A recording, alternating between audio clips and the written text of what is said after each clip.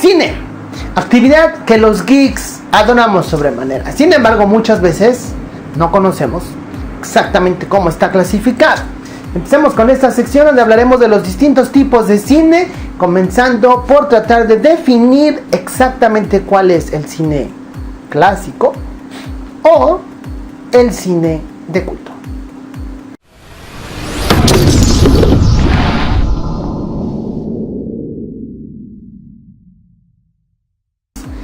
¿Qué tal, amigos de Arena Geek? Los saluda Kenjin152, dándoles la bienvenida a su canal, foro donde platicamos de temas como cómics, superhéroes, fantasía, videojuegos, manga, anime, ciencia ficción, cultura pop en general. Ya estamos aquí más que listos para platicar acerca de estos temas que nos fascinan tanto. Bueno, la semana pasada, hace algunos días, estaba en alguno de estos foros en los cuales me gusta tener discusiones con los usuarios, principalmente para tratar de crear discusión activa y que esta discusión nos ayude a descubrir o pensar cosas en las que no habíamos tomado el tiempo de meditar. Y bueno, dentro del cine de superhéroes comencé una discusión con un usuario prácticamente dirigida a lo que es el cine de culto o el cine clásico o una clásica del cine. Y me encontré que, bueno, este usuario, a pesar de que parece ser un fan algo documentado, pues cuando empezamos a hablar de definiciones, lo único que hizo fue empezar a repetirme lo que encontró rápido en Wikipedia, y vamos a tratar de definir exactamente qué es el cine clásico y qué es el cine de culto. Bueno, antes que nada, el cine lo definimos como una expresión artística. Arte, ¿qué es el arte? Yo recuerdo que tenía una profesora que me decía: cuando tengas problemas con alguna palabra o alguna discusión, vete a la raíz de la palabra, investiga qué es la palabra y eso te va a ayudar a organizar tus ideas para plantear un poquito más lo que quieres transmitir. Arte es una representación estética por parte del ser humano. Estética, ¿qué quiere decir estética? Que tenga forma. El cine es una expresión artística, que es la palabra corta, originalmente viene de cinemática. ¿Qué quiere decir cinemática? Movimiento. Entonces entendemos que el cine es la expresión artística por medio del movimiento que nos narra una historia. A diferencia de un libro, en el cine podemos ver exactamente lo que está ocurriendo. Ahora, el cine empezó hace muchísimos años. Sin embargo, en el periodo de 1900, en el periodo de entre 1900 y 1960, nació el cine clásico. El cine, como cualquier medio de comunicación, en sus inicios, en algún momento de su historia, fue controlado y dirigido por el gobierno. Digo, para nosotros que hemos visto películas, por ejemplo, como la del Capitán América, sabemos que las películas durante la Segunda Guerra Mundial eran comerciales que justificaban las acciones bélicas del gobierno, no nada más en Estados Unidos, cualquier otro país. Después de que nace una industria, es decir, que viene gente a poner dinero, a poner billetes verdes para hacer esto un negocio, se empiezan a definir un poco las reglas del juego. Y entre 1900 y 1960, como les decía, nace lo que es el cine clásico. Y el cine clásico, la palabra clásica, se refiere por lo general a las primeras culturas, Grecia y Roma. ¿Por qué Grecia y Roma se les considera las culturas clásicas? Porque son las culturas que crearon el modelo de gobierno que hoy en día se trata de emular en cualquier sociedad. Entonces entendemos que por clásico es cualquier actividad que las demás personas tienden a repetir. Entonces, por cine clásico entendemos que la situación se repite. ¿Y a qué nos referimos con que se repita? Cine clásico impone o establece algunas reglas que los creativos deben de seguir. ¿Cuáles son estas reglas? Bueno, debe haber un personaje principal, haber personajes secundarios, tiene que haber una historia lineal, es decir, entre más entendible sea esta historia, muchísimo mejor. Debe de haber un pequeño conflicto, pero sobre todo, o alguna de las características más importantes, es que el cine clásico debe tener un final feliz. El cine clásico lo que nos aporta es exactamente el modelo a seguir. Y ya teniendo este modelo a seguir, de repente tenemos películas clásicas dentro de diferentes géneros del cine. Entonces, ¿a qué nos referimos a las clásicas? Tomando la definición, hay que repetirlas. Es que si tú quieres conocer un género, debes de conocer esta película para poder, si pretendes hacer cine, emularla en cuanto a su estructura o, por lo menos, poder platicar de ese género del cine. Si hablamos de una cinta clásica de horror, tenemos a Wes Craven, creador de Freddy Krueger, que nos regaló esta trilogía de Scream, donde él expuso precisamente esos puntos, que una película de horror debería tener ciertas características. las cuales él hace burla o hace uso dentro de esta misma tecnología. Si tú quieres conocer una cinta clásica de horror, vas a conocer, por ejemplo, a Halloween. Halloween fue el primer asesino serial dentro del cine hollywoodense, que después es emulado por, no sé, Freddy Krueger, ¿no? Tal vez Jason. Ahorita platicaremos de la masacre de Texas. Si quieres conocer una película romántica clásica, vas a pensar, no sé, tal vez en Casablanca, tal vez en Titanic, tal vez en Ghost, La sombra del amor, porque son las películas que todo mundo conoce y que han sido tal vez tan buenas que todo mundo pretende emular o pretende imitar. También no puedes tener una plática de cine clásico de horror sin mencionar a Michael Myers, o una plática de cine clásico romántico sin mencionar a Jackie Rose. Ahora, hablando de esta evolución del cine y de una industria, porque estamos hablando de que cuando esto se convierte en industria, regresamos al punto de los billetes. Los cines hace muchísimo tiempo eran muy diferentes a lo que es hoy una sala de cine. Tú vas hoy a una sala de cine y encuentras 50 salas con 50 posibilidades, ahorita hablaremos de eso. Pero anteriormente las salas eran muchísimo más grandes y nada más te ofrecían una película, tal vez dos. ¿Qué dijeron los hombres de negocios? Bueno, los hombres de negocios dijeron que bueno, si tenemos esta sala de cine, vamos a tratar de utilizarla el mayor tiempo posible para que haya flujo de personas y haya flujo de billete.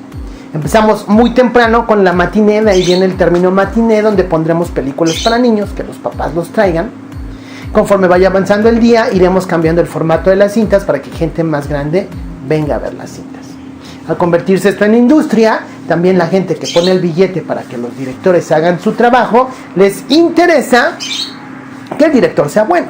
Y entonces empiezan a aparecer las cintas de clase A y las cintas de clase B. Una cinta de clase A es, ya puse el billete porque sé que esta cinta va a funcionar. Es decir, espero recibir una gran ganancia de ella. Pero necesito mi escuela de directores, les voy a dar cintas clase B, tal vez creo que no van a ser tan exitosas, pero les va a permitir a la gente empezar a experimentar, aprender, crecer. Si recibo algo de ganancia ya la hice, pero por lo pronto estoy creando gente instruida para que después me pueda producir mis cintas A. Ahora, yo como hombre de negocios no voy a producir una cinta B únicamente para que tú estudies y tú practiques y te voy a financiar tu educación. No, señores. A la medianoche en estos complejos cinematográficos antiguos se empezaban a mostrar estas cintas clase B. Y es aquí donde empiezan a hacer el cine de culto. Tratemos de definir exactamente qué es el cine de culto. La palabra culto viene de cultura. Y por cultura entendemos alguien que está educado en algo. Alguien que conoce de cierto tema. Entonces, cuando estamos hablando del cine de culto, estamos hablando de que la persona que lo hace y la persona que lo ve, pues ya conoce del cine. Y quiere conocer del cine de culto porque sabe apreciar del cine clásico. Pero como ya conoce el cine clásico y lo domina, quiere abrir su abanico, quiere ver cosas más allá. Y es ahí donde entra el asunto del cine B. El cine B, por lo general, hace algunos años se mostraba o se exhibía a medianoche. Y entonces una característica del cine de culto, seguimos en la definición, también por culto entendemos a un grupo de personas que se concentran o se reúnen para alabar o tal vez honrar a una figura. El mejor culto que cualquier persona puede conocer es una religión. En la religión las personas se juntan, se congregan y siguiendo ciertos ritos alaban o tal vez honran a una figura. No nos vamos a meter en cuestiones de religión aquí. Pero el cine de culto es exactamente lo mismo. El cine de culto es buscado por el espectador. El cine clásico no. Cuando tú vas al cine y hablaba de las 150 salas, tal vez ahora hoy en día verás que hay la película que todo el mundo debe de ver en 145 de esas salas y lo que tenemos son posibilidades de horarios. Entonces, el sistema o la industria te obliga a escoger esa cinta. Y quedan algunas por ahí regadas. Entonces, la cinta busca al espectador. Billetes, señores. En el cine de culto no. El espectador o la audiencia busca la cinta. La gente iba a medianoche a ver estas películas clase B porque tenían un toque de independiente. El cine de culto está muy conectado con el cine independiente, que nos abre otra puerta que también no está tan clara por ahí.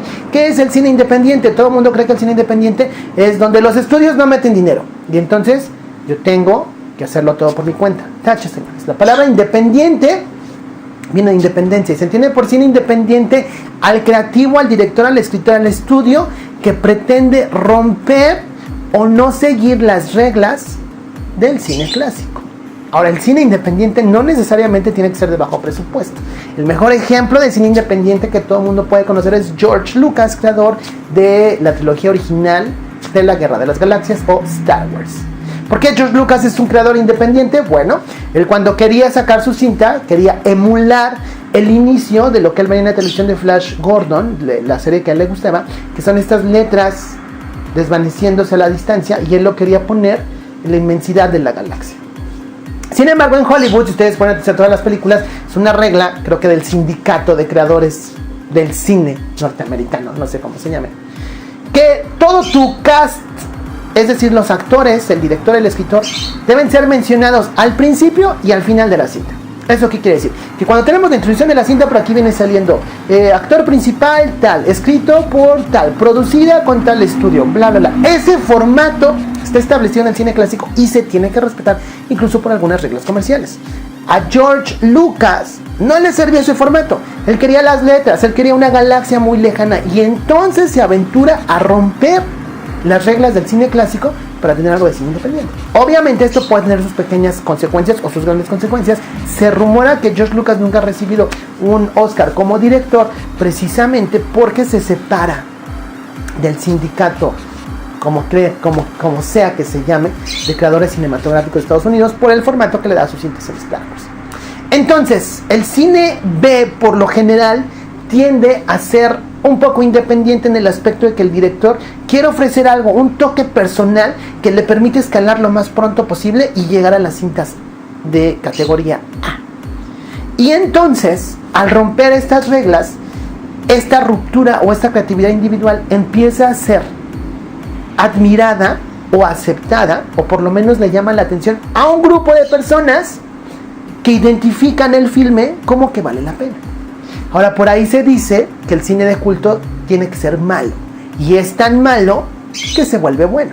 Por ahí hay algunos ejemplos de, no sé, los payasos asesinos del espacio exterior o los tomates asesinos. Sí entiendo ese punto, sin embargo no funciona así todo el tiempo. Terminator, en su momento, Terminator 1 fue una cinta de culto. Highlander fue una cinta de culto. Masacre en el barrio chino con Dolph Lundgren y Brandon Lee, una cinta de culto. Kill Bill, una cinta de culto. Pulp Fiction, una cinta de culto. Ninguna de estas cintas que les mencioné, en ningún nivel, Blade Runner, en ningún nivel es mala. El punto de la cinta de culto es que al ser exhibida en los complejos cinematográficos no tuvo la aceptación debida. Puede ser inclusive por detalles de marketing, que no se haya llevado la mercadotecnia correctamente, la línea de distribución. Aquí entra donde les digo que en el cine de culto la audiencia busca a la cinta, no la cinta a la audiencia. Por ejemplo, a mí me encanta Highlander. Si yo quiero tener la cinta de Highlander aquí en México, hasta donde tengo entendido, no existe una distribuidora de Highlander. Tengo que ir, no sé, a Mix-Up o a Tower Records, buscar la película, no va a existir y la voy a tener que encargar. Creo que la distribuidora de Highlander es un estudio que se llama Cine Canal, que creo que es español, y tendré que comprar la película importada. Entonces, es ahí donde nace el culto. Yo busco a la película. Si yo voy a Tower Records, a lo mejor me encuentro 150 copias de X título, que es comercial, cine clásico, todo el mundo lo conoce. Dentro del cine de culto se dice que hay características, que es el uso excesivo de sangre, el uso excesivo de sexo, malas palabras. No, ya les di muchísimos ejemplos de películas de culto. Que si hablamos de Pulp Fiction, cumple perfectamente con esas características. Si hablamos de Terminator, no. Masacre en el barrio chino, tampoco. Blade Runner, tampoco. Cuando hablamos de cine de culto es eso. El público no permite que la cinta se desvanezca, se difumine. Se crea alrededor de la cinta un grupo de personas que la consume y que hablan de ella, que la recomiendan e incorporan a más personas a la admiración de este cine. Entonces, cine clásico, ya les mencioné algunos ejemplos: Titanic, Casablanca, ¿no? Cine de culto, ya les mencioné algunos, ¿no? Blade Runner, Kill Bill, Holocausto Caníbal. Ahora, el punto es, dentro del mundo o del género de superhéroes, ya hay cintas clásicas y cintas de culto. Efectivamente las hay. El éxito de Wonder Woman, según la crítica, es que es una cinta clásica de superhéroes. Dice la crítica que emula perfectamente los orígenes de las cintas de superhéroes. ¿Y por qué? Porque está basada o está inspirada en la película de Richard Donner de Superman 1. Si ustedes piensan en una película, por ejemplo, Superman Returns, Superman Regresa, es una película que no tuvo éxito en taquilla. pero que la crítica la amó, porque precisamente emula el cine clásico de superhéroes. Sin embargo, no tiene un grupo de personas que la admiren tanto como para que Superman regrese a ser una cinta de culto. Es quien habla hoy en día de Superman regresa. Watchmen es una película que se estrenó, tuvo cierto éxito en los complejos cinematográficos. Sin embargo, no fue el exitazo que se esperaba que fuera. Y la admiración de la cinta surge después, cuando se empieza a consumir en video y la gente empieza a hablar de ella, la audiencia le empieza a encontrar características de las cuales vale la pena hablar. Yo creo que Watchmen es una cinta de culto. Ahora, ¿ustedes qué piensan de esto? ¿Tienen alguna otra cinta de culto que conozcan? ¿Cuál es su cinta de culto favorita? ¿Cuál es su cinta clásica favorita? ¿Están de acuerdo con la definición o las definiciones que ahorita les compartí? 2 comentarios aquí abajo en la caja de comentarios. Pulgar arriba si les gustó el video, pulgar abajo si no les gustó. Por favor, compartan este material. El compartir este material nos ayuda a que la comunidad crezca y nuestro intercambio de ideas sea muchísimo más grande. Y por favor, su amigo Kenjin 152 les pide: no dejen de geekear. Recuerden que si dejamos de geekear la industria del cine, entretenimiento, cómics, fantasía estaría completamente en bancarrota. Hasta luego.